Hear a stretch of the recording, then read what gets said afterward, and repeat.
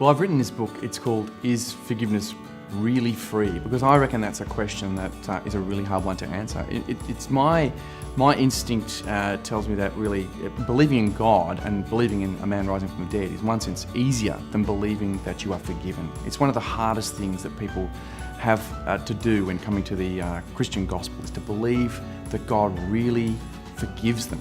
And he forgives them by this word grace. And it's the word grace that really dominates the book. I want to help people understand what this idea of grace is. It's not something you say before meals, and it's not what Audrey Hepburn has when she walks, but it's actually God's favour to us, God's love displayed to us in the cross of his Son.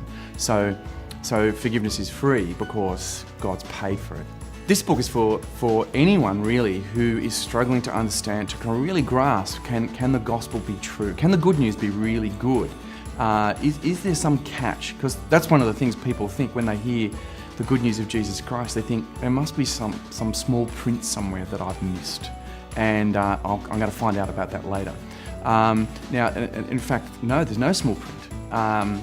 On the other hand, I want to say that the gospel of grace also calls us to give our lives wholeheartedly to be disciples, to follow Jesus. Grace changes your life because grace liberates you from the burden of your past. The grace liberates you from your faults and mistakes, and it frees you to be who you are, but in God's strength, knowing that even though you're a mess, that you bring baggage with you wherever you go, as we do, as you're a broken person. In fact, God sees you differently, that there's a future for you in God, and that God has made that possible.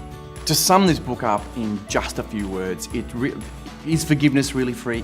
Yes, it certainly is, because God has paid the price for our forgiveness.